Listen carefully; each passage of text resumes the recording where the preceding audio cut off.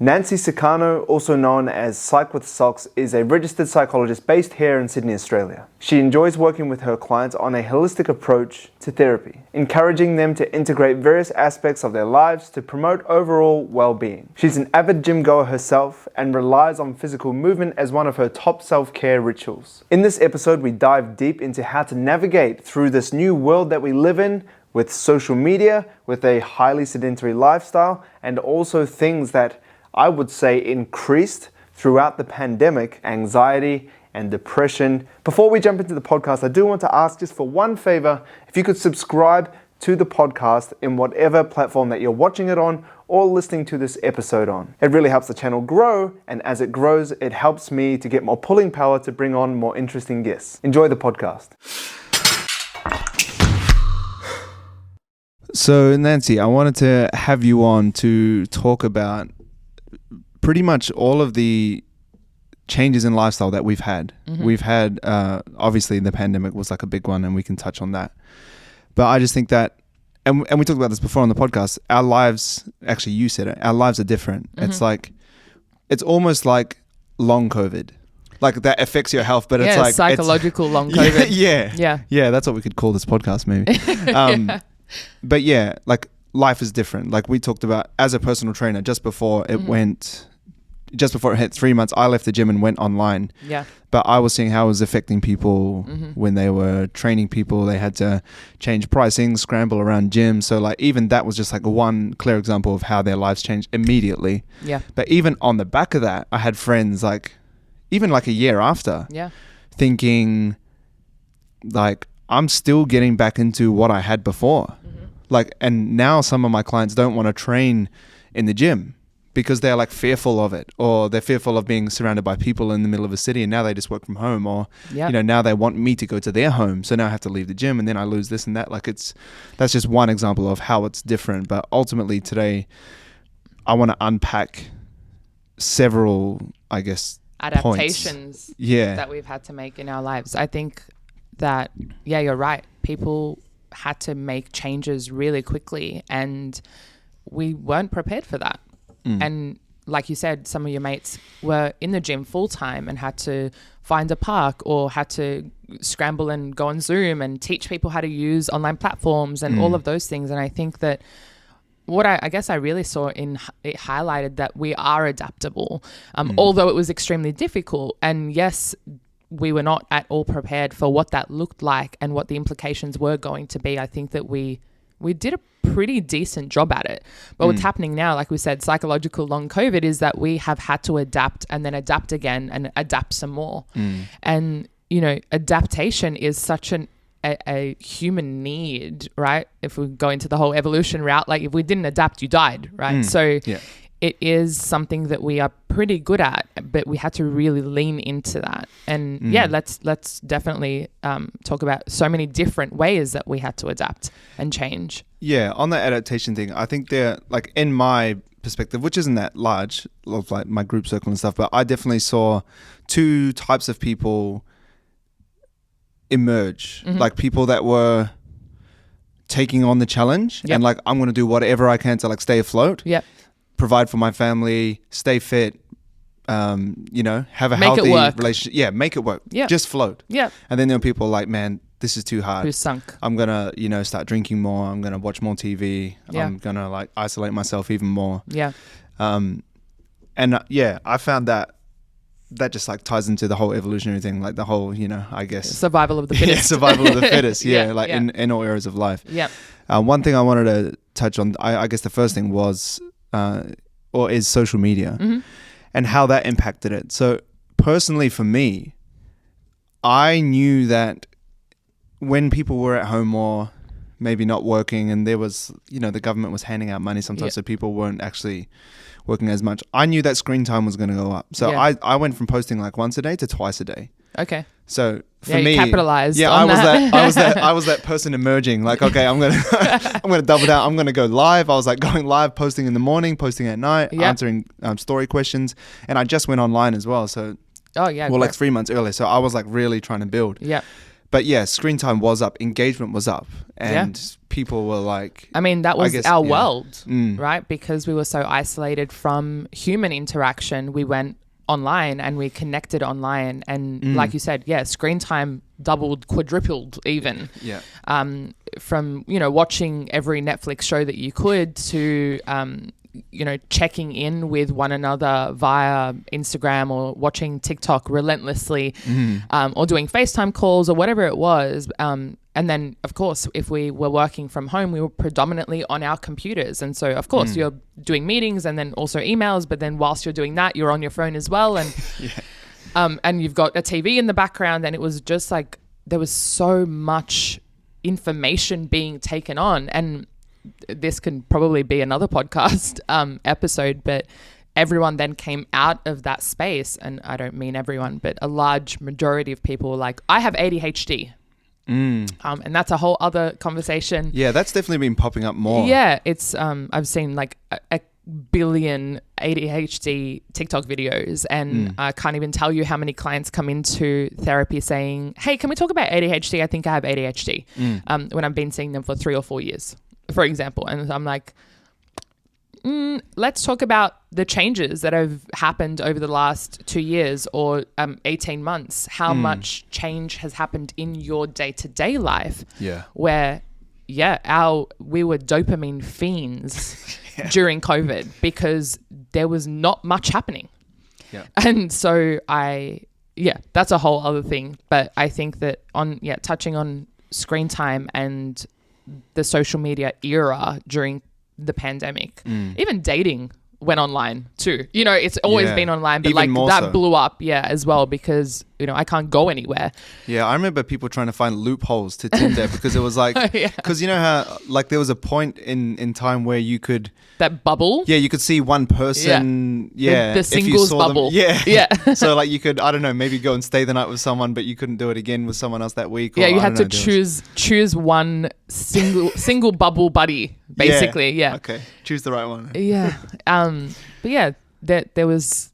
I think you did the right thing by, I guess, capitalizing on the fact that everyone just spent 24 hours on their phones. Yeah. So do you think that was like people are actually, say, developing disorders like ADHD, or do you think it's just people's time, attention span shrinking? Because I definitely feel different, I think. Sure. Like, I've kind of always been similar, like, and my wife said it to me many times, I need to have more space for my brain, because if I'm doing a monotonous task, I'd rather do that and listen to an audiobook or listen to a podcast. Habit stacking.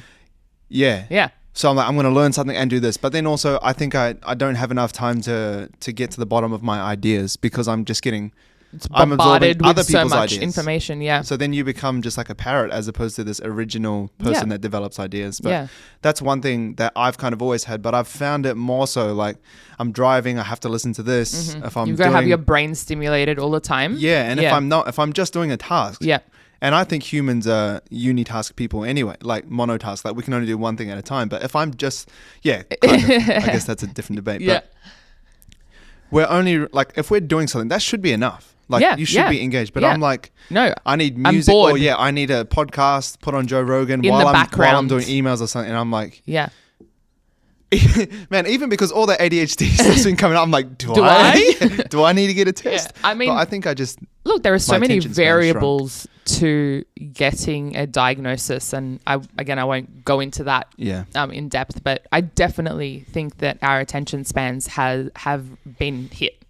When you consume such large amounts of content or stimuli at short form content too. Yeah, at a really rapid rate, and everyone that is on Instagram or TikTok knows that when you refresh your feed, there's this like ever so slight pause before your feed, I guess, regenerates, and that is the same concept as poker machines. And so that's a whole other conversation that we can have. Like suspense before correct, it hits. Like, correct. Here we go. Yeah.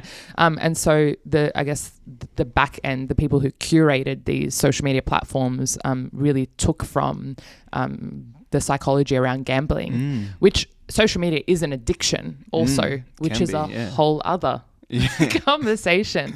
But yeah, so we were just getting dopamine hits. And like I said, we became dopamine fiends. Boring tasks. Yeah. Super boring now. Yeah. Right? They're like, I'll get on an email and start writing, and halfway through I'm like, should I go? I think I feel like a banana. Yeah. And I'll get up to go into the kitchen and get a banana and come back, and I'm halfway through an email and I'm like, okay, cool, I've finished this email.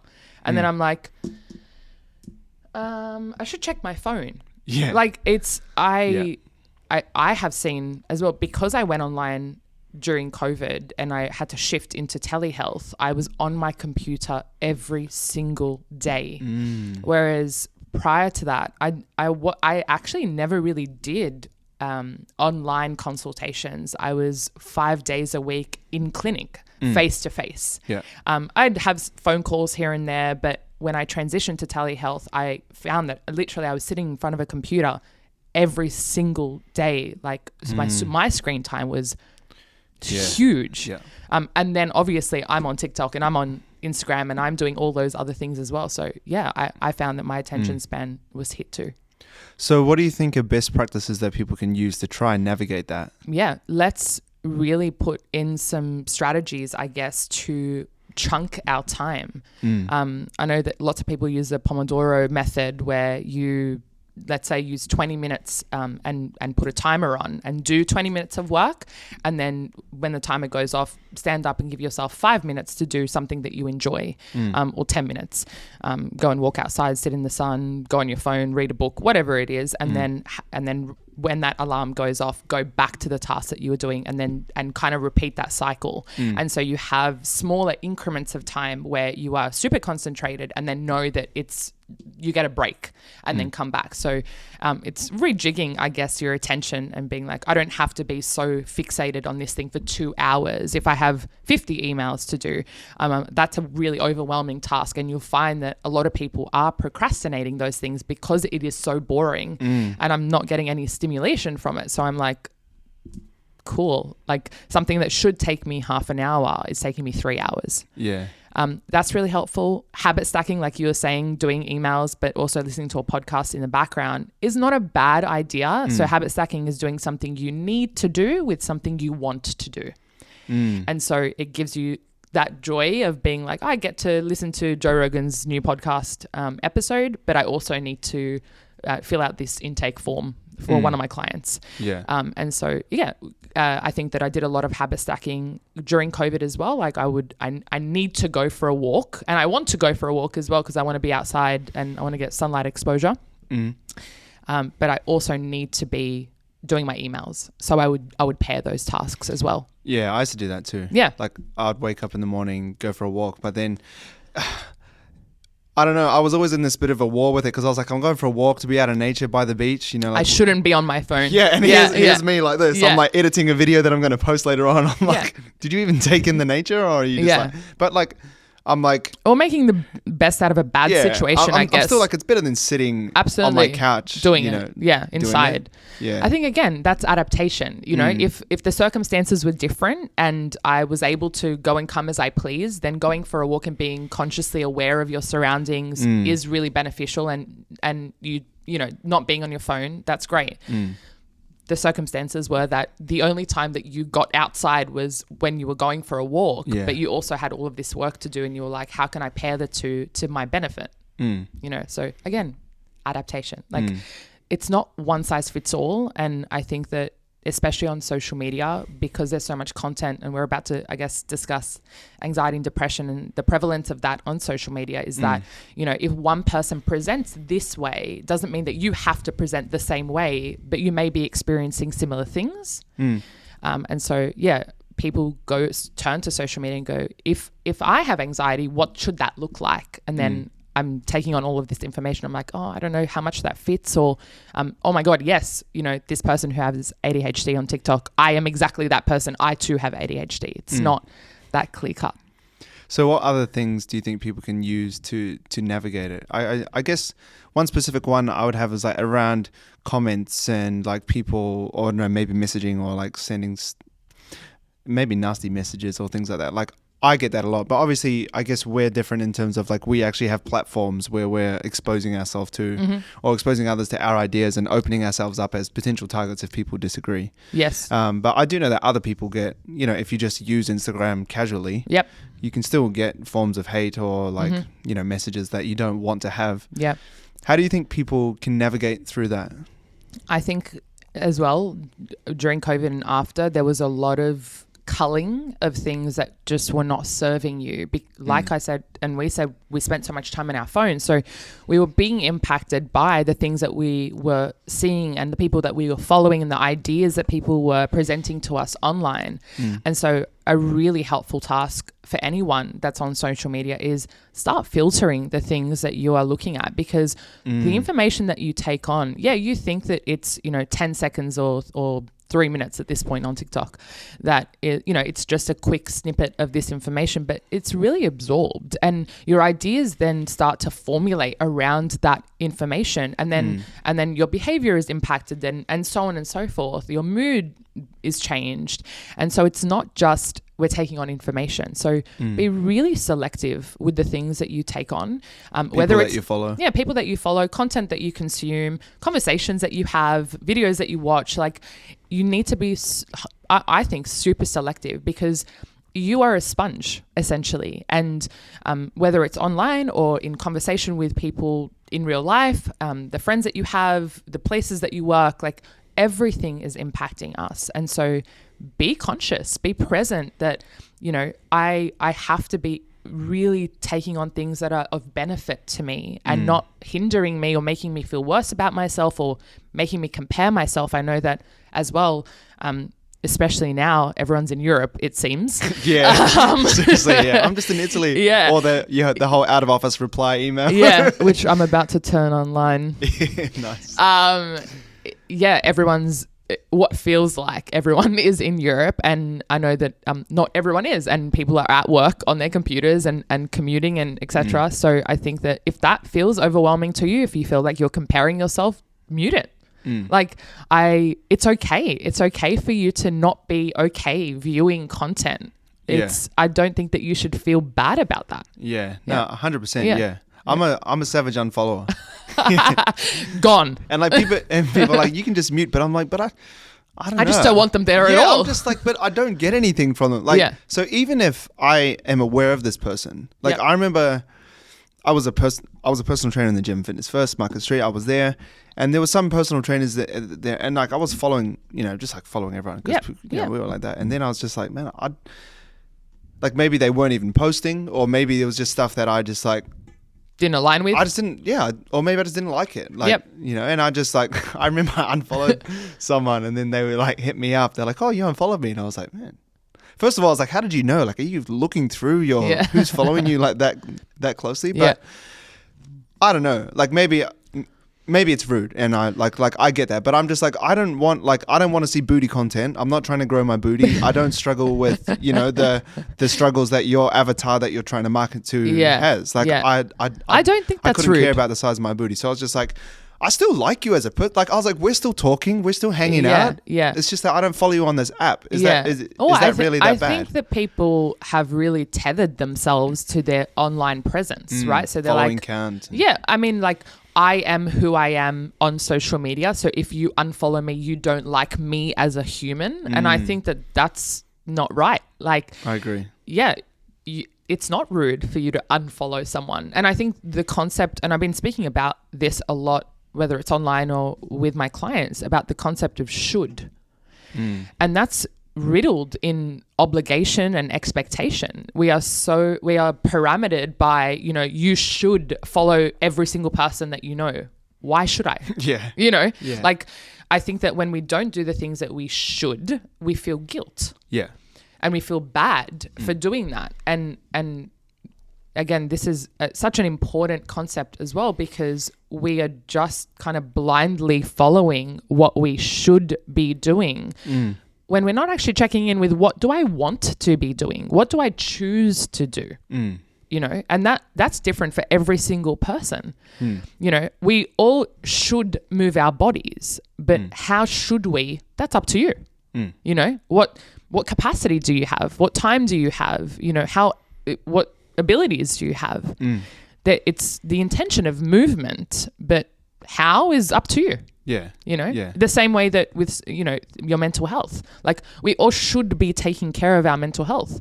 How you should be doing that, also up to you. Yeah. Very different. Yeah. That's something I feel really, really strongly about, and maybe another podcast episode. So on movement, yeah, what's your advice on I guess overcoming a sedentary lifestyle that is kind of like thrown at us? Like, hey, you know, sit at your office, you know, drive or commute, you know, sit on a train or drive in your car, 30 minutes there, 30 minutes back. How do you encourage your clients, or I guess just your pieces of advice for sedentary people? Because obviously I have my own, as a personal trainer, I have my own kind of, you know, checklist that I go through, but how do you approach it? I also think that a lot of us now work remotely because of the pandemic, and some of those business structures just felt like that worked better for them. They didn't have to have an actual office and everyone just worked online. So the step count is real low now, more than ever before. Massively. Yeah. And like you said, people are commuting, whether that's on a train or driving, and or they're actually not walking to work anymore, or they are getting in their car now instead of walking like they were before. So I really think that when we live in a sedentary lifestyle, we need to start with, like you were saying, the low-hanging fruit. How convenient and easy is this task for me? And how can I then implement that into my life at the moment? So I find that people find it extremely difficult to, you know, I need to go to the gym for 1 hour. And it's like, well, the gym is 10 minutes away, and also the childcare starts at 7:30, and I need to be in the office at 9 o'clock, and all of these other things. And it's like, I don't have time for that. And I'm like, okay, well, don't go to the gym for 1 hour. What else can you do? You know, and so start with something that is convenient, it's easy, it's accessible, and it's super limited in that it doesn't feel like effort, whether that's literally walking around in your backyard. And this is something that I said to my clients during COVID. A lot of my clients were experiencing anxiety about being outside, in you know, whether that's going to the grocery stores or whatever it was. And I was like, you can literally do an entire workout in your lounge room without seeing anybody. You can do it in your pajamas. You know, you can put music on your phone and you can just do, you know, air squats. You can lunge in the backyard, you can skip, you can hop, you can jump, you can roll around. Like, it doesn't matter what it is. It's just that you're moving your body. And so, I encourage my clients to start extremely small and then add to that and scaffold, you know, is this something that's sustainable for me? Can I do a 10-minute walk down the road with my dog and then come back and get ready for work, etc.? Can I add 10 extra minutes because I woke up 10 minutes earlier? You know, is my husband looking after the kids in the afternoon and I can go for a half an hour walk with a girlfriend who I haven't seen in a long time? If you then have the capacity to add to that, great. There are amazing online platforms that you can join, and you don't actually have to go anywhere. But if you wanted to go to a gym and not have to interact with anyone and have your online coach, great. You know, if you wanted to join a sporting team and you don't want to ever step foot in a gym, awesome. You wanted to rock climb. Like, there are so many things that you can do, but just start with, what do I have the capacity for? How much time do I have? How convenient is it for me? And then reassess as you go along. But it doesn't have to start big. Yeah, I think I like the idea of like the whole convenience thing, because I think physical activity in this day and age is an inconvenience. Yeah. But like, you have to lean into that. Like, you have to almost inconvenience yourself. Yeah. Like, my wife and I will just walk to the grocery store, right? And we could drive there. It'd take, I don't know, 2 minutes. Yep. But we walk and it takes like 10 to 15. Cool. You know, with a child, maybe throw an extra 5 minutes on there. But like, you know, that is inconvenient for us that have, you know, schedules, that have, you know, busy lifestyles, like wake windows to follow for for our daughter, or like, you know, meetings, or, you know, things that we have to do. But that inconvenience of physical activity is like, it's good for you. It's good for you. But also, I think there's beauty in things, like you touched on it. You can see other people when you do it. Like, so you can almost layer physical activity with social activity. Yep. So you can see a friend that you haven't seen in ages. You can see a family member. Yep. Take your daughter outside for a walk like what we do. Yep. You know, or you can...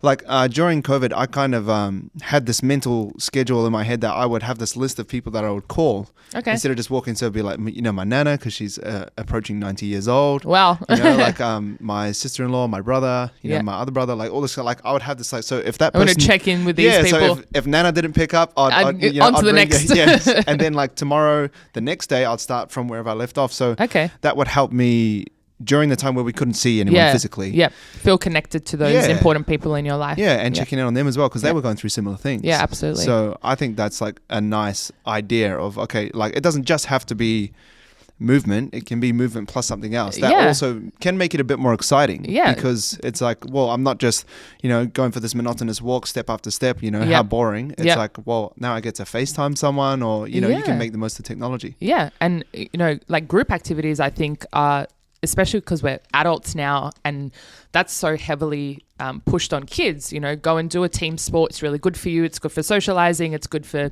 you know, teamwork, all of those things. I think it's still really good. And again, I know that we're more time poor than we've ever been before because we're trying to fit in 500 different things at the same time. Yeah. But it's so nice to go and show up to training, for example, on a Thursday night after work and see all your mates and talk about, you know, what's been going on for you. And it's like 1 hour of just like chasing a ball around, and you're moving and you're socializing and you're getting outside and you're not so sedentary, like coming home from work and then doing more work and then domestic duties and then going to sleep kind of thing. So I think that if it's possible and you have the capacity to do so, I encourage movement plus socializing and connectedness and feeling like you belong somewhere as well, which is such an important thing for each and every one of us. And we lost a lot of that during COVID. So it's something that I really push on my clients now. Like, please reconnect, spend time with your friends and family, go outside, do social things because you've missed out on that. Yeah. I started Brazilian Jiu-Jitsu in 2021. Oh, nice. And just what you said before, the whole, you know, camaraderie, talking about things in your life. Like, obviously, we're there to do the arts of Jiu-Jitsu and like, you know, learn techniques and stuff. But you're like with another dude or a chick, and you're like learning moves and stuff. And like in between, you're talking. And I'm like, man, so nice. Yeah. Like, man, I remember I saw one of the guys from Jiu-Jitsu like down at the beach while my wife and I were walking in, and I just shouted out, I was like, Jesse!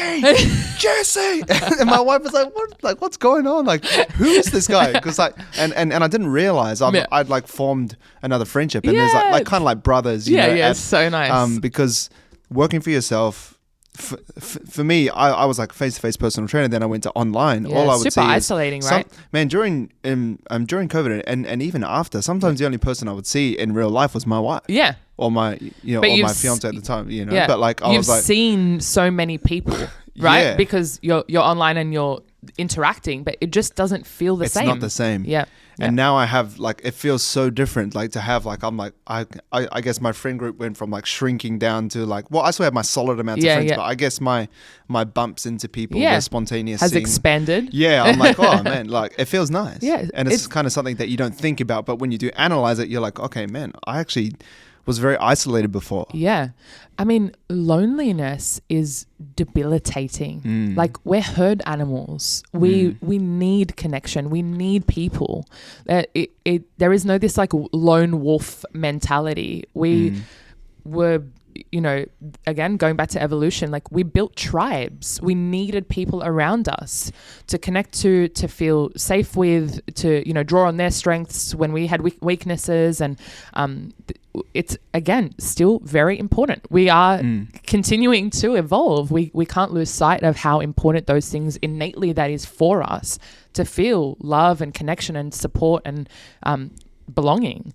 So, yeah, for whoever's listening to this, I think that I want you to make conscious choices around being connected, socializing. And, you know, if we talk about depression, for example, the first thing that any client says to me is, I just want to be alone. I feel so overwhelmed with everything. I feel disconnected. I don't want to talk to anyone. And I'm like, that is just perpetuating what you're experiencing, because you're validating the fact that you are alone. You know, as much as you feel that you don't want to be, who do you feel safest with? And, can you just be in their physical presence? You don't even have to say anything.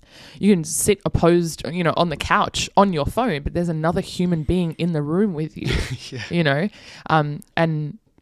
I just think it's so important. I cannot stress that enough. So on top of loneliness, what do you think personally? Obviously you have your clients coming to you, you have your observations in the real world. What do you think contributes to people's depression?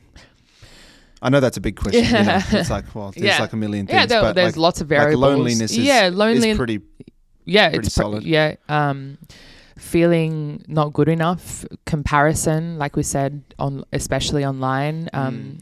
There's lots of anxiety around the timeline.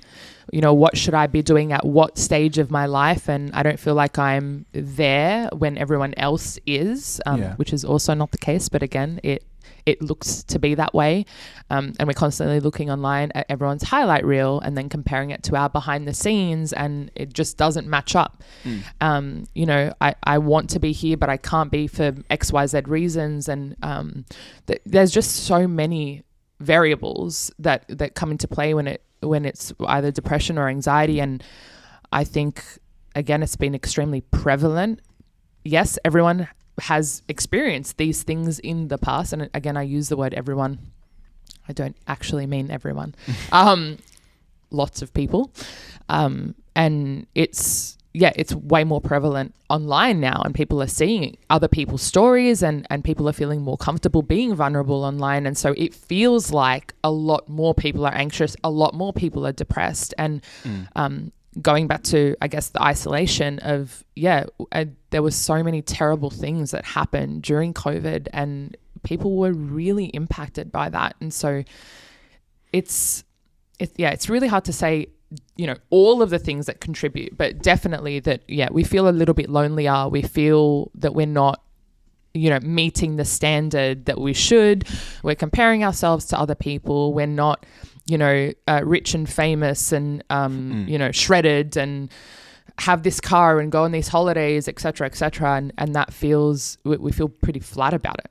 So how do we feel content with that stuff? Because, I definitely have a aspirational side of me. Like, I want to achieve this and I want to achieve that, or ambitious maybe is the right word. Yeah. Thankfully I can balance it with, I guess, reality of, I'm not going to have what this person has. Yep. Maybe I don't even want it. But there are things that I want. So, I always have this element of not being happy, or let's say not being content. Like, because I guess maybe I might be fearful that if I get 100% content, then I feel like I'm going to slow down and be lazy. Okay. You're driven. You're driven by the challenge of not. Well, I like movement. There. Yeah, I like movement. Yeah. I like feeling like I'm progressing. Feel like I'm going somewhere. Sure. So, but you can open up your phone and you can just see, this guy just bought a Lamborghini. It's like, oh man, that's cool. But I'm like, but then I could think, man, that's pretty far away from me. Sure. Oh man, maybe I'm not doing so good. He's younger than me. Like, I'm behind. I feel like they're younger than me. They're at this age doing these things, and I'm at this age doing these things. That's huge. Yeah, a lot of people think that. I think that if we shift our perspective a little bit and go, well, what is that person buying a Lamborghini say to me?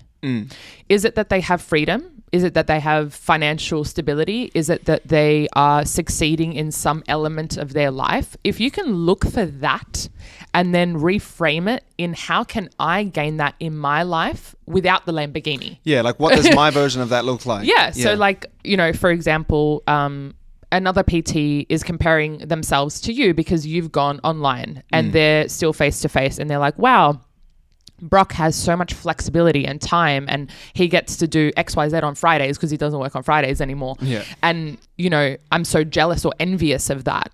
But it's like, okay, well, are you jealous and envious at, Brock's accomplishments? Or are you jealous that he's got more time?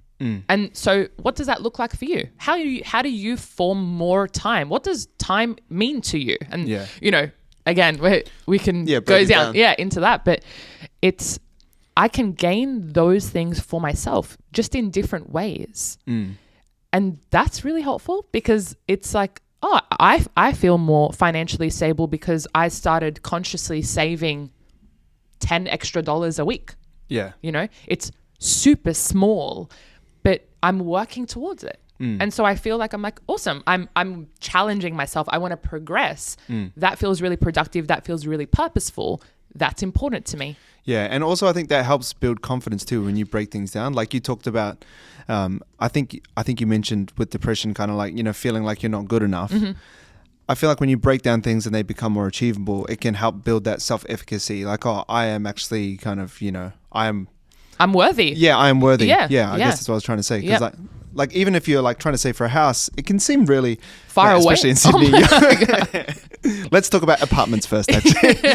But yeah, it can be quite like you're like, man, I need that much, and then you're like, whoa. But then you break it down to how much is it a year, how much is it a month, how much is it a week, and then okay, daily. Yeah, you know, let's just stop buying a coffee every day and make it at home. That could be that could be realistic. Yeah, you know. Yes. So and then that builds like, okay, maybe I am worthy of that person that gets a house because that's who I want to be. Yep. So like I can step into, and then that can pour into other things. Absolutely. And I think that, you know, for me, goals they're challenging because the moment that one thing doesn't work out the way that you wanted to, you feel like you have failed that goal. And I really switched that up, especially in therapy. My thing is intentions. So I intend to focus consciously on my physical health, right? That's an intention. If I go to the gym on Monday and I go for a walk on Tuesday and I roll around on my carpet on Wednesday, my intention is still movement. It's physical. It's paying attention to my physical health, but it's ever changing and adapting dependent on my capacity, capability, time, etc. But I'm still not failing. I'm still working towards the intention that feels like I'm kicking goals. Yeah. So if your intention is financial stability, what does that look like for you? And how can you achieve that each and every day in, minor increments that gets you to that end goal, purchasing of the home? What can I do today that feels achievable to me, that is low impact, convenient, et cetera, that's not going to break the bank, so on and so forth. And it's like, I am saving towards a house. Sure, I don't have $200,000 in my bank account right now, but I'm working towards it. Yeah. Yeah. Yeah. And I think that intentions are great for getting started. Like, it's less overwhelming. You're like, I just need to move in this direction. Yeah. And then I'm not trying to layer this on top of your idea, but I think personally for me, who likes numbers or like things that, I would have that intent, and then I could narrow down what each step looks like. But as long as I'm in that general direction trajectory, then I can fine tune it later on. But it's just that movement first. But again, it's like what works for you. If you're someone who is not everyone's like me. Yeah, correct. If you're capable of setting up a goal for yourself and having, these, 10 steps that you need to achieve to have this goal, great. If that works for you, amazing. And again, like I said, everyone's instruction manual is very different. Yeah. And so what works for you may not work for me and may not work for the next person, but that's okay. Like I was saying before, we are so different and we require so many different variables to get to the same result. And so it doesn't have to fit. You might listen to one of Brock's podcasts and go, wow, that's such a great idea, but I can't do that because this, and this, and this. And it's like, okay, cool. But how could you do that? If you really like the idea that Brock proposed on this podcast and you're like, that's sick. How do you then kind of digest that in a different way and then implement it in your life with all the things you know about yourself? Instead of being like, there's no way I can do that, because I've got all of these things happening and Brock doesn't have all of these things happening. And, this is like redundant for me. And it's like, well, you can get something from anything. Yeah. Really. Yeah. You've just got to know what you're looking for. Yeah. I think I really learned that up when I was dealing with people face to face as a client. Yeah. Because I had to, because I feel like when you don't have kids, it's really hard to understand that life because I was also, so I lived very selfishly, right? I moved out of home. I was just like, I need to pay my bill. I need Yeah. to, you know, make my salary or make my wage. Or Yeah. like, I want to hit this goal and I want to do that. It was all about me. Yeah. Yeah. And I'm going to do this. I'm going to do that. And then when I started coaching mothers Yeah. and fathers, Yeah. while also being business owners or, you know, also having, you know, this hobby that they, you know, they wanted to play netball Wednesday and Friday. Like, I was like, man, I'm just a single dude that's a personal trainer. I can walk on the gym floor whenever I want and train. Correct. And I used to just like, at the start, I was like scratching my head. I was like, maybe they're just not committed. And then you kind of like grow up a bit and you're no, they're just busy. Like they just got other priorities. But like for me, if a client would cancel, let's say, I'll be like, I'm training. You know, like I'm already at the gym. Yeah. Like I was going to be on the gym floor anyway, but now I'm just going to work out. Yeah. So like it was so easy for me to train. Right. And then because your lifestyle fit. Yeah. But then like other people have other things that they want to achieve. And then I'm like, man, maybe it is like they have other things they want to do. Because I was like, it's just 3 times a week, 45 minutes. I was like, come on. Like you sit there like, oh, I've only done 2. Yeah. And I'm like, but they're like, oh, you know, I had to take my kids to the hospital. Then we had, you know, like a prize giving and all this kind of stuff. I was just like, I was just always like, just do it. Like, but it's so much more complex than that. It's so hard, I guess, to empathize with situations when you have never experienced. I had something. zero empathy for everyone. Like I was such a cold personal trainer. I don't know why people train with me at this time. I was like, I just didn't like. I was. A lot of my clients when they first met me, I was very cold. Okay. And I think that was just from having no empathy, like no life experience. Because mine was just like, if I had to, I would just do anything. Like I would sleep in my car. I would, you know, eat. Like I remember, like when I lived in Auckland, I had no money. I would only eat like, what's it called, like organ meats and like reduced to clear vegetables because I was broke. Like I would go past like Woolworths or whatever and go straight to like the Chinese market where everything was like cheap and reduced to clear because I was like, I didn't have the money to do it. So in my head, I was like, you just don't want it enough. Yeah, or you like, can just do anything if you put your mind to it. Well, I was like that. And I thought like well, everyone should be like me. But that's the thing. And I think that, again, this like, and this is, you know, tangenting a little bit, but like this hustle culture stuff like, just do it, you know, Nike's slogan is like, just get it done. Like stop with the excuses, stop with the justifications. Like anyone can do anything, And it's like, sure, but you have to really take into account that there is so much other stuff happening for different people. And like I said, your instruction manual is very different to the next person. So it's unfair for people to, you know, look at the next person and be like, man, it's only 45 minutes 3 times a week. Why can't you commit to that? You know, you obviously don't want gains, And it's like, I do. But as well as wanting those things for myself, I have all of these other priorities and things that I'm responsible for that take up my time and that I feel it is really difficult. And that's, you know, barriers to change. You know, I talk to my clients about, you know, here, you know, you've come to me and you've said that you want to work on things. And I'm like, awesome. That's great. What's standing in your way? You know, is it time? Is it that you have, you know, a difficult home environment? Is it that you are financially strained? Is it, you know, we really look at the things that's the roadblocks to change. And we work through those things instead of being like, okay, you want to do these things. Here is the steps to do it. Awesome. Go and do that. Come back to me when you have. And it's like, that's not reasonable. You know, what is standing in your way? And like we said before, in terms of movement and physical activity and going to the gym or getting a PT or committing to, you know, X amount of times of movement a week, it's like, what is standing in my way? And address those things first and then look at your capacity and then make changes thereafter. And find sustainable ways to incorporate those things into your life that you can do without too much hassle. Yeah. And like even some people struggle to just get to the gym. Yeah. Like I did I'm still yet to release it, but like I recorded a podcast the other day. It was just a solo one on like creating a positive gym culture. Yeah. And like the biggest consideration with that is the person that hates the gym or doesn't want to be at the gym, because that's kind of why you're trying to create this gym culture so everyone can kind of come in and feel welcome. Yeah. A lot of people don't want to do it. If they come in in general. Right? Like you got to get them there first. If they muster up the courage to get there, but then if they're there and then you're just like, you know, like and you're just like screaming, or you're not smiling, or you're not hygienic, or you're not wiping down, slamming weights into the ground. Exactly. Then they get there and they go, shit, this is exactly what people said it's going to be like. I don't want to be here. Yeah, this isn't for me. Yeah. And I trained a lot of people that have that, the gym anxiety, because you confide in a personal trainer and you feel like you have this guardian angel to create this safe space for you. But like not everyone can just like walk into the gym and just feel like they're this kind of confident person. And I want to talk about, or I guess kind of like transition into like self-esteem and that, because maybe gym anxiety is kind of tied to it, maybe not, but can you kind of like I guess define it and then be like, how can we improve it? Because I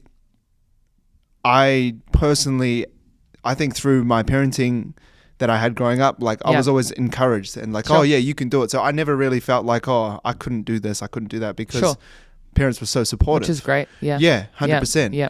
But obviously that's not everyone's definitely case. Not. So and you would have dealt with that. Day to day. Yeah. I think that, perception of self is really important, and I think where we've got our lines crossed a little bit is we're more concerned today about how others perceive us. And I saw this quote ages ago, and it's a little bit of a tongue tie twister, but I'm not who I think I am. I'm not who you think I am. I am who I think you think I am. And so, that's I say that to my clients and they look at me like, what? Can you repeat that? Can you say that in a sentence? I'm more concerned about what I think you think of me than I think of me. Yeah. And so I think that's true for so many people. Yeah, absolutely. And so then we try and formulate our self-esteem around what we think people think of us rather than what we think of ourselves. And that's where I think we've got it wrong. Because I should be more concerned about how I feel about me versus how someone else feels about me. And when we're working on our self-esteem, it's what is my perception of myself?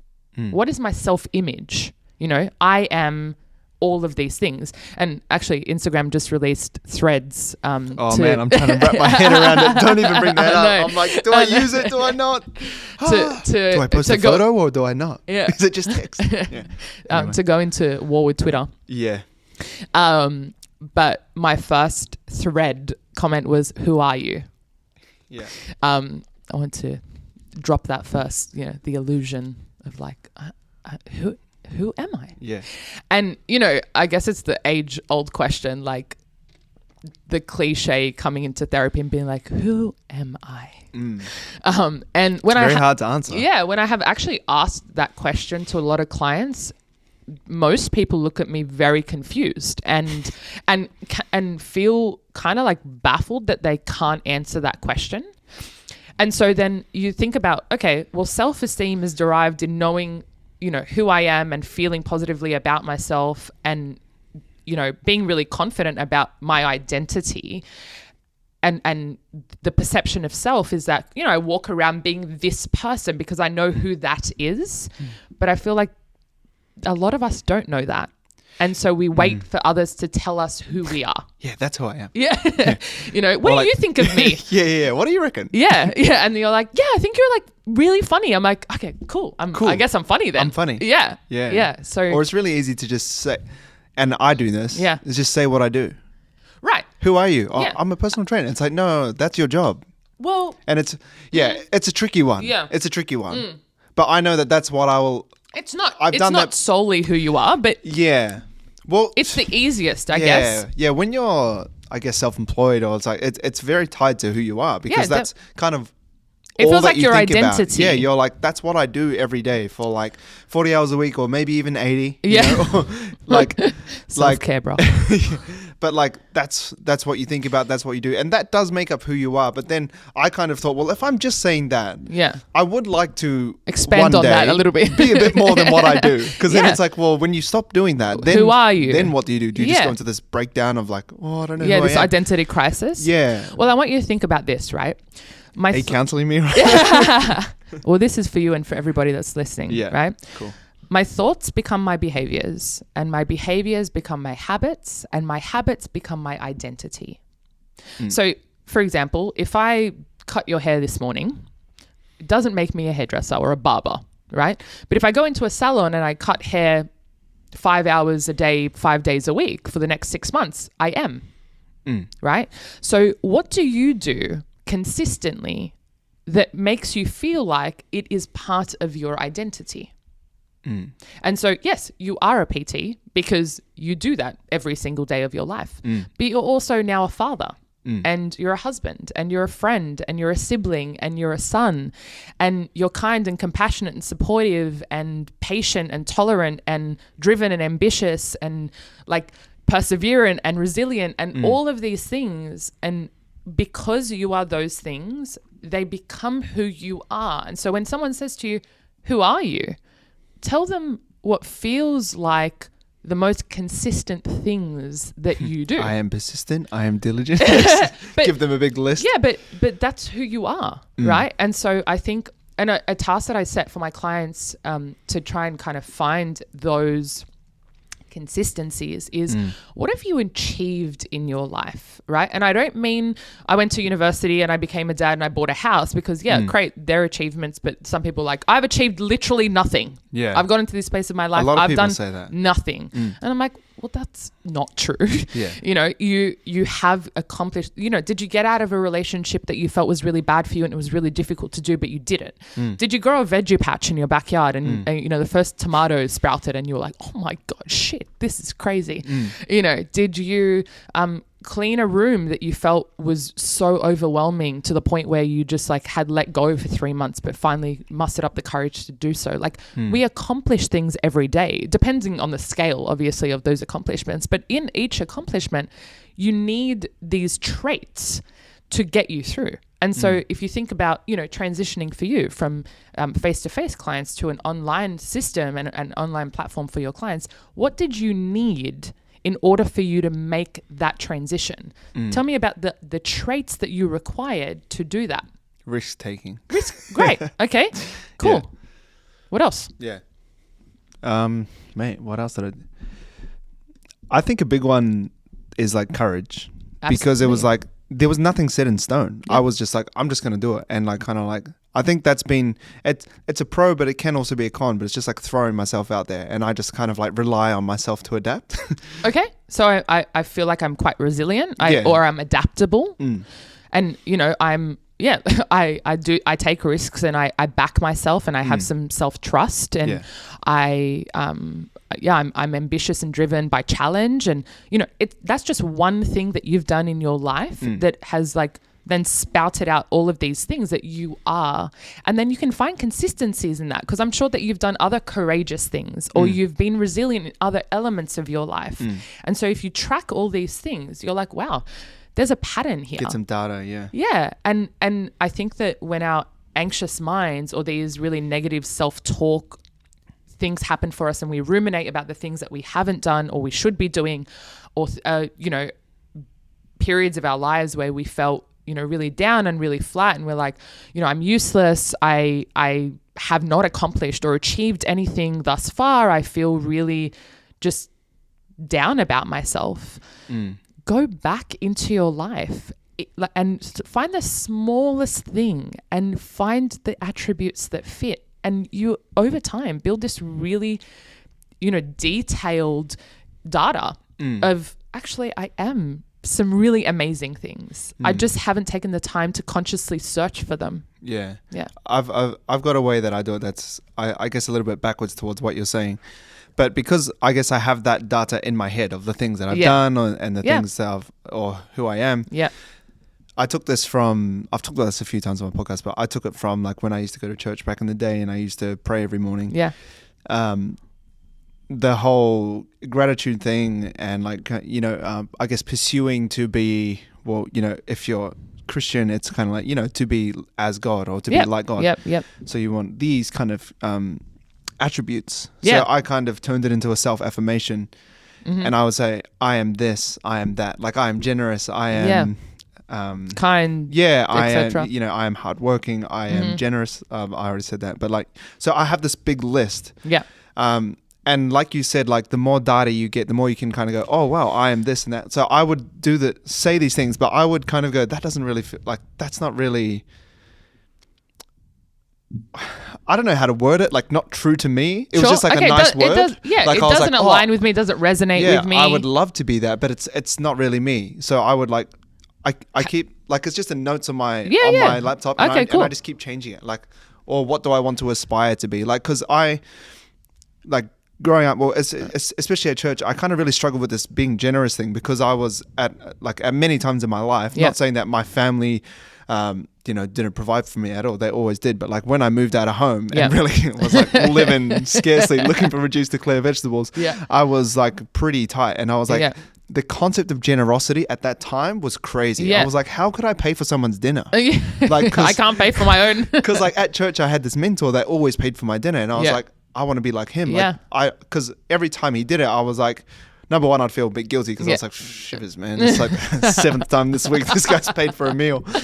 But then I was like, when I'm older, I want to do that. Or when I have money, I want to be able to do that. But he's like, you can do it now. And I was like, but man, I'm literally pretty tight. Yeah. And he's like, it doesn't have to look like that. It could look like, $1 here or like, or it could look like your time. It's time. Yeah. And that was the big one. I was like, time. Like that's you've got an abundant when you don't have money you usually have time. so I was like, so that was like one thing I really drawed on. But that's kind of one way I've kind of tried to curate this future Brock Ashby that I want to become, or that I want to aspire to be, or that's your ideal self, right? Like, so I'm continually striving to that. But and that in that same breath, the self-image is the person that you are today, right? The person that you envision yourself to be today. Your ideal self is the person you aspire to be, your full potential. This is the best version of Brock ever. And, if I drop dead tomorrow, I'd be like, yeah, that guy was killing it. And so you then look at the discrepancy between the two, because if you think of like a Venn diagram, the more spaced out the circles, and the bigger the gap, the lower the self-esteem, because it's like I am not who I want to be, but the more crossover there is, the higher the self-esteem. I am who I want to be. And so another really fun little task that you can do is, who is Brock today? This is my self-image. And who do I want Brock to be ideally? And that discrepancy is the barriers. What is standing in the way of my two circles overlapping and me being my full potential self? And so if you struggle with low self-esteem and you think, I wish I was this, and this person, look at who you are today and who you want to be, and then work towards bridging the gap. I think that's a really great tool of like, literally like a very practical way of seeing like that's what needs to change. And look, the barriers, there's so many of them. What happens if I change who I am and I work towards that ideal version? No one knows that version. Will they like that version? Will they still want to be friends with me? Will they want to stay in a relationship with me? Am I going to be accepted if I walk away from this person of who I think that I am right now, but I really want better for myself. I want different things for myself. Why am I scared to move towards that? Is it a lot of time? Is it a lot of effort? Is it risk taking? Is it that I have to invest in something that I don't know is going to have a positive outcome, but I've got to try anyway? All of those questions that you need to ask yourself as you challenge yourself to move into that ideal self. I like that. Yeah. I want to just talk about this one quote on your website before. It was actually, the water bottle's over there. Sorry, I should have had it here. But it says, talk about therapy like you talk about going to the gym. What? And I've never heard that before. Did you make that up? Yeah, I did. I probably, whether I found it and then felt really close to it, or I maybe saw a derivative of it, but I'm not going to claim it. Right. But it definitely is, whether I saw it and I thought, wow, like this really, really resonates with me. Yeah. What resonates with that? Yeah. The gym has been something that I have like loved for so long. Like I think I first started going to the gym in year 11. So I would have been, 16 going on 17. I'm like the earlier years. And I just found solace in the gym, and I spend a lot of time in the gym. I exercise 6 days a week, and I do different variations of things. I do reformer Pilates, I do boxing, I weight train. But everyone speaks about the gym all the time, right? Like sometimes too much. Yeah. And it is I feel like anyway, and maybe it's because, the circles that I run in, people also love the gym, but the gym is just like the most talked about topic, right? It's so easy to talk about when you're into it as well. Yeah. Like, what do you do? Where do you go? What do you lift? What's your, your, I don't know, what do you do on chest? How much do you squat? Yeah, what's your split? Yeah. Yeah. What do you do on Tuesdays? Have you been to the gym today? How long did you spend at the, like, there's just like all of these questions, and people are so like readily available with like, this enthusiasm and this passion to talk about the gym. Yeah. And because I'm part of that world, I was like, I wish that people felt as driven and passionate about therapy as they did about the gym. And I wish that people felt comfortable and secure and safe to have conversations about going to therapy, because it's such an important tool. And in my mind, therapy is the mind gym. And if I feel so passionately driven by the physical gym, then I was like, just as you spend all of this time working on your body, why have you left your mind behind? Our mind is attached. Our brain is attached to our body. It's not separate from, and I think people think, whether again, it's stigma that still is like lingering around. It's 2023. Like, let's get it moving here. Like, mental health is directly correlated to physical health. Physical health is directly correlated to your mental health. It's not separate. It's one in the same. Yeah. Do you think the barrier is that mental health, or talking about ideas around therapy and things that you may struggle with, or things that you may have overcome, is so closely tied to who you are? Because I feel like when you go to the gym, it's just muscles and fat and bones and angles of joints. Like it's not you. It's just like, it's a squat. It's not me. But when you talk about things like mental health, it's like, hey man, like I've been crying every night. It's like, whoa, that's you. Yeah. And that's like a bit closer to home. Yeah. Yeah. I think that there's just so much judgment around, whether it's internalized judgment, whether it's external judgments, whether it's the stigma that's been formulated around, if you go to therapy, and I use this, with inverted commas, like crazy, which is also crazy to me that that's still the perception in 2023. But yeah, I think that it's the fear of judgment. People are so happy to speak about the gym because the judgment is positive, right? It's like, oh my God, you go to the gym. That's so great. Oh, you're working on yourself. Oh, this is your, these are the sets you're doing. These are the reps you're doing. Like, oh my God, I can't believe you lift that heavy. Or, you're so good at, doing advanced springs on reformer. That's amazing. Like it feels really positive, but I guess the feeling of talking about therapy is, and I'm generalizing here, but is quite negative. I mean, amongst lots of different population groups, it's like, oh my God, amazing. You go to therapy. That's so great. Like, where do you go? What books are you reading? And I feel like we're leaning into that, which I absolutely love. And I guess the reason why I started social media in the first place is because I wanted a platform where people could access a feeling of like togetherness. And, me too, I experienced these things too. And it's not, it isn't a foreign thing that I'm isolated and alone in experiencing, that, all of these other people feel very similar to me, the same way that people feel so connected and that they can share in those experiences in the gym. And so, talk about therapy like you talk about going to the gym is literally, I feel, so closely tied to, because I want the concept of going to therapy to be as normal, quote unquote, as speaking about going to the gym. Yeah. Because it's often like, oh, you must be going through something. Are you okay?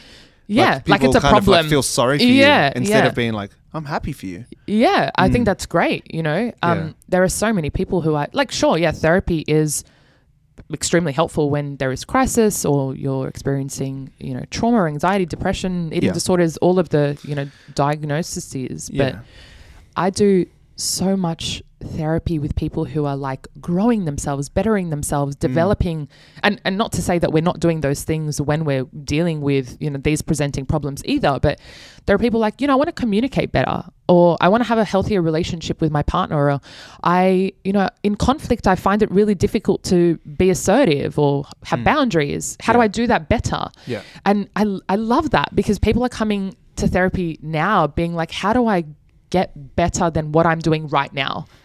And I, you know, instantly am like smiling, because I'm like, I love that for you. Like, that's so great that you are like, cool, I've identified that these are the things that I feel like I could foster within myself, and I'm going to get the tools and the resources and the strategies to be able to do that. And when people like, you know, had a conversation with someone about something that I felt really like off about, but I articulated it in a way where I felt really respected, and I was assertive, and I felt so good. That conversation was amazing. I was like, good, like that's so great that you're able to do that. And I hope that so many of us seek therapy because we want to be better. We want to be better partners. We want to be better colleagues. We want to be better, you know, siblings or children. I think that it's good for us to keep working at ourselves the same way that we would going to the gym and you know, lifting heavier or doing more sets or doing more reps or trying a completely different movement and perfecting that.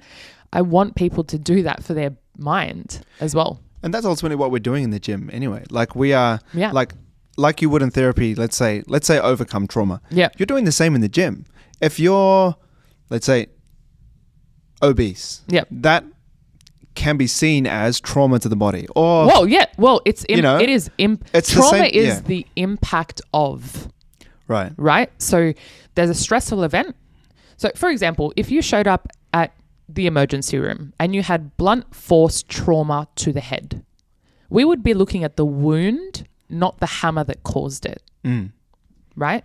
So trauma is the impact that these things have. So obesity is the impact of, right? You have visceral fat around your organs, your cardiovascular system is more impacted, your quality of life is not as good, et cetera, et cetera. That's impacting you. It's literally the same thing as therapy, but it's just the body as opposed to the mind. But it's like, if you're overcoming trauma in the gym, it's, once again, it's that, man, good on you. Yeah, that's great amazing. Job. Good like for you. You're working on yourself, but then it's like almost with like, therapy, it's kind of like my goodness. It's like the other way around. You're working on yourself? Yeah. But yeah, that's the reason I guess I came on to your podcast today is because I feel extremely close to the physical movement world and physical health, because I speak about it so much in therapy. I'm like, you cannot neglect one for the other. You need to ensure that you are taking care of your physical health as well as your mental health, and vice versa. Yeah. I feel like, and obviously there's many different reasons, but I feel like that's why I guess I haven't really had too many struggles with my mental health, because I've always locked into looking after physical health. And I feel like, not that it's like if you just look after yourself physically, it's all going to be fine. No. But it definitely contributes for me personally. It's helpful. Like, it's definitely helpful. I think, again, like, life is so faceted and there's so many things that could occur. But like, what we're both saying is that if you add to your life and you benefit yourself through movement and exercise and showing up and discipline and motivation and all of those really good things, that's a benefit to your mental health. Absolutely. There is no doubt about it that if you give back to your body, your mind will thank you. and vice versa. Yeah, I like to call it, well, what I say to my clients is it's just the ripple effect. Like, Yeah. I feel like it's obviously mental health, but it's also other things. Like, I feel like I've developed a strong work ethic through the work ethic that I've had physically. Great. Not just sport, but also in the gym. It's Yeah, like, yeah. you know, It's discipline, yeah, right? and the idea of progressive overload, making things harder over time. Yep. If you are doing that in life as well, you become more resilient, not just like your muscles. So it's like, Absolutely. yeah. Yeah. I And love see, that idea. it ties in so closely. And why I love the gym so much, why I love the concept of movement and strength and endurance and flexibility and mobility and like pushing yourself beyond your limits and seeing that you can actually do things you never thought you could. And, like muscle ups, for example, like I watch people in the gym do that. I'm like, wow, I literally can do half a pull up, and like I'm pretty strong. Yeah. But that strength, and not only that, but like the perseverance that you have to be able to get to that. Like I admire that. There's a lot of failures there. Yeah. It looks crazy. Yeah. My cousin is a CrossFit instructor, and like he's jacked, but like I just see how much like dedication and time, and like he's got 3 kids and he's a lawyer, and like like he's like, he's doing really well for himself, but I see how much dedication he puts in and discipline and all of those, like we said, those amazing traits that you require in your life in general can show up in the gym and in movement and physical activity. And so, again, it all interlocks. It all feeds in. Yeah. Okay, 3 questions to wrap up the podcast. Yeah. What's one thing you do every day to get better? I move my body. Going off that, each and every day I move my body in some way, depending on, like I said, time and capacity. But I wake up at 5:45, 6 o'clock in the morning. I do what I need to do, get my supplements in, etc. And I either go to my PT or go to a reformer or go to the gym or go for a walk or skip in the backyard, whatever it is. But movement has been something that I've really, really lent into and is stringently part of my self-care. When did that habit start? Like I said, I've been training since year 11, but I definitely think that really being disciplined around movement started when I became a psychologist, because I know that this is a really full-on job and I take on a lot of other people's emotions and that's really heavy.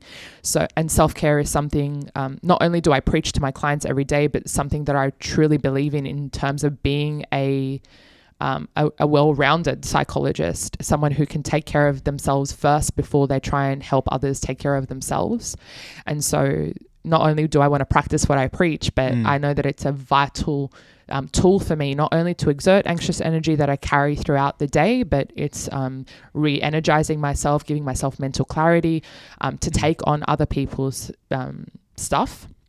And so, it almost is like a non-negotiable for me each and every day. And I live for it. It brings me joy, truly.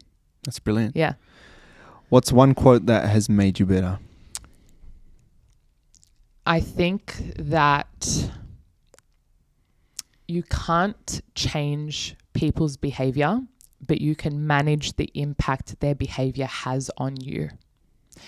And I think I heard that from my supervisor when I was doing my internship. I must have been about 23.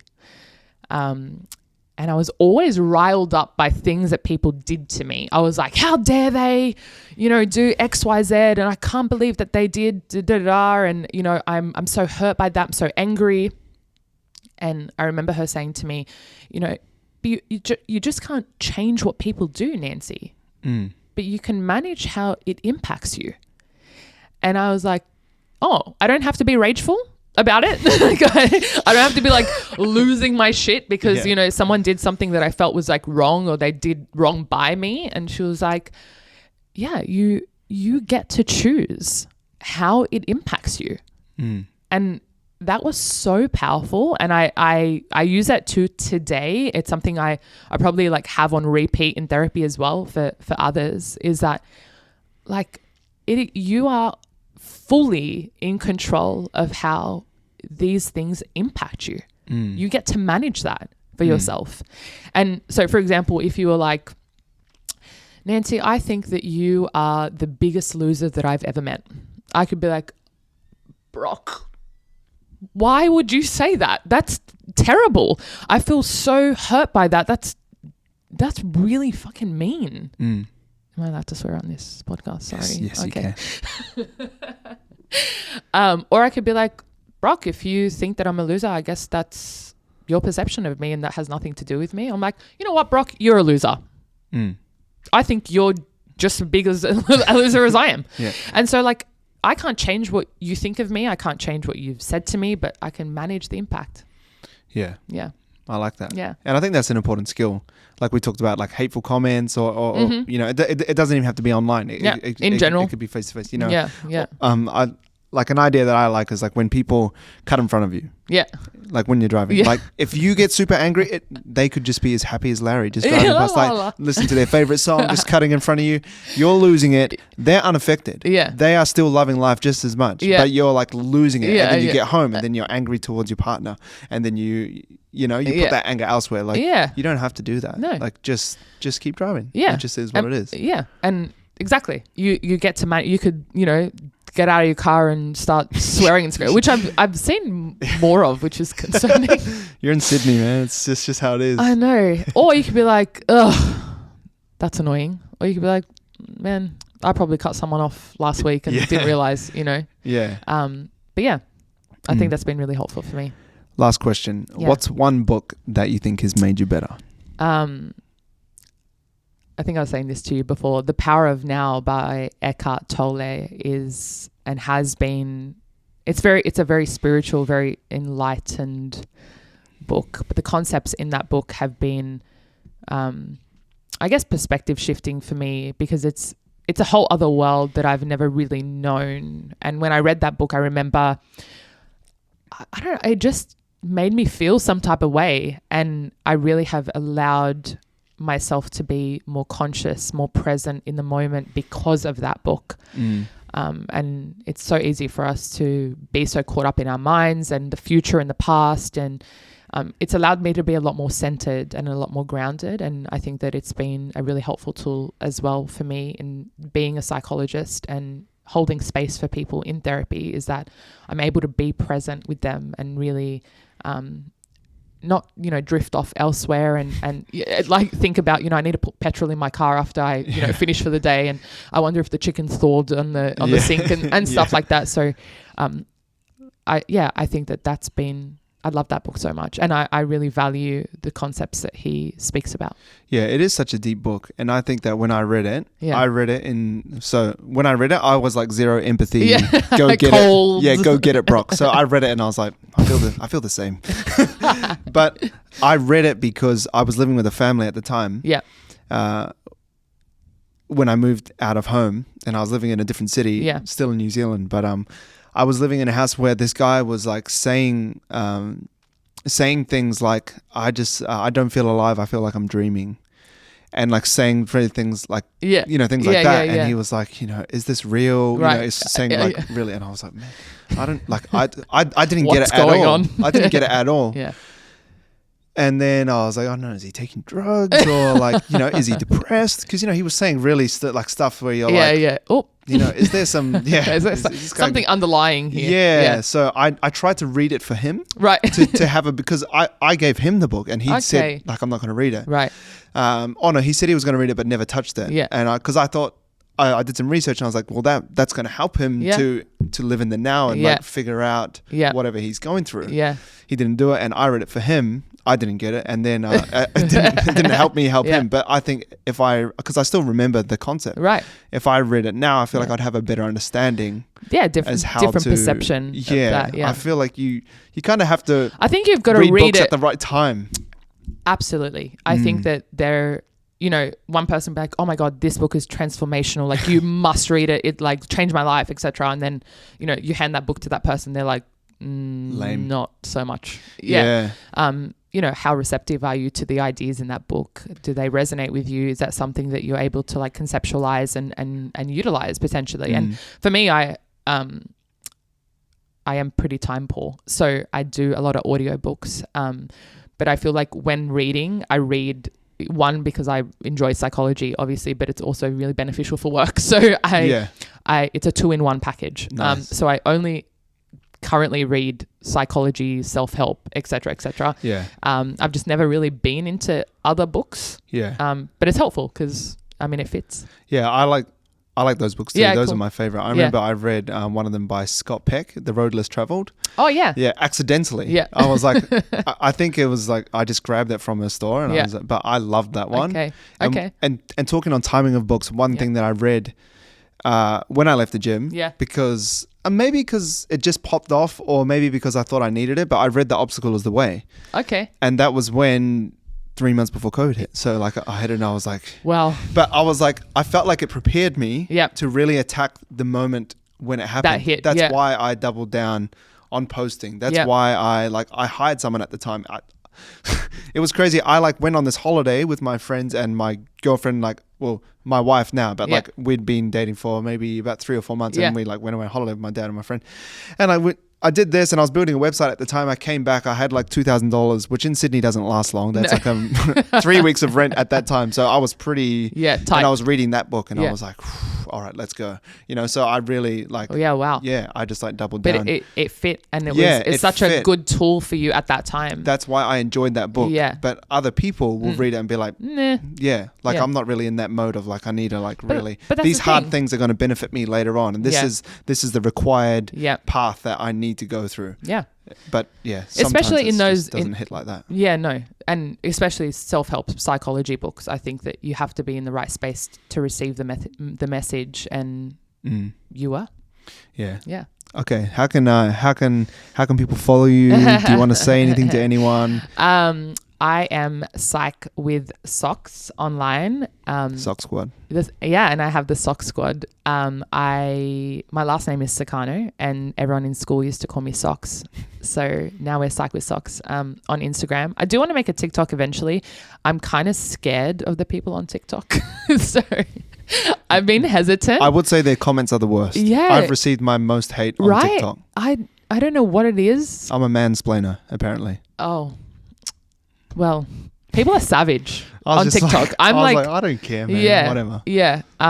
It's a platform that I'd like to break into. But yeah, I have an Instagram. I started on YouTube originally, Saw that. Yeah, I was such a baby on there.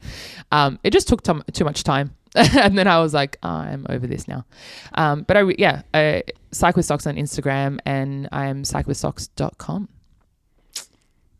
Do you have space to see people face to face or no? I have closed my books for a little while now. Yeah. I am at capacity. Great. That's I had a good problem. Yeah. I think I had a pretty hectic year this year. I got married recently. Woo. Yeah. And going on honeymoons and all of those things. So I think that I wanted to really be present for the clients that I currently have, and I don't have the capacity right now, but it's definitely something that I want to look into reevaluating soon. Awesome. Well, thanks for coming on to the podcast. Thank you so much for having me. And thanks for spreading the message, not only about mental health, but how physical activity leads into that. Obviously, as a personal trainer, I'm a big believer behind that. And I spread similar messages, obviously not in as much psychological detail as you do, but I'm very pro physical activity for mental health. Yeah. And my clients have felt the difference. Great. In all aspects of their life as well. But it's really awesome to see someone not just like almost ignoring such a big part of what life is like, because it's not just, just do your mental health stuff over here and just like, oh yeah, you're sedentary and like whatever, just keep doing this stuff, it's going to get better. It's like, let's bring up all legs of the table to make sure that we're not wobbly. Yeah. And I think I thought for a long time that PTs and coaches really do need to get themselves well versed in mental health and you know, as much as obviously their scope of practice, but understanding that with every single client that they face, they are experiencing some sort of mental health challenge or hurdle. Doesn't have to be a diagnosis, but just challenge in general. And understanding mental health makes for a better coach and a better PT, because there are barriers and variables that you need to take into account when you're looking at progress of clients and commitment and retention and all of those things. So maybe that's something I'll consult on one day. I think it's super important, and I think we are seeing coaches become a bit more well-rounded, as opposed to the commando coach, like you know, let's do 100 push-ups, go, and just shouting. Like, I don't think people want to be shouted at anymore. No, I don't think they ever wanted to be shouted at. I think if you want something intense like that, like CrossFit's a great environment, but like for one-on-one PT, like the whole commando coach thing, I don't think people deep down wanted that. No, I think they thought they wanted that, but ultimately, I don't think long-term it ever worked. I've never done that approach. But I think people are kind of being a bit more empathetic and a bit more understanding, because it's so important to actually make it feel physical health feel a bit more welcoming as well, not just like, oh, you know, I feel so good, but then I just get shouted at and just like hate my workouts, but I have to do it. Like now it's like, oh, it all works together. I think that's the way forward. All right, then we'll wrap it up there. Thank you so much. Awesome.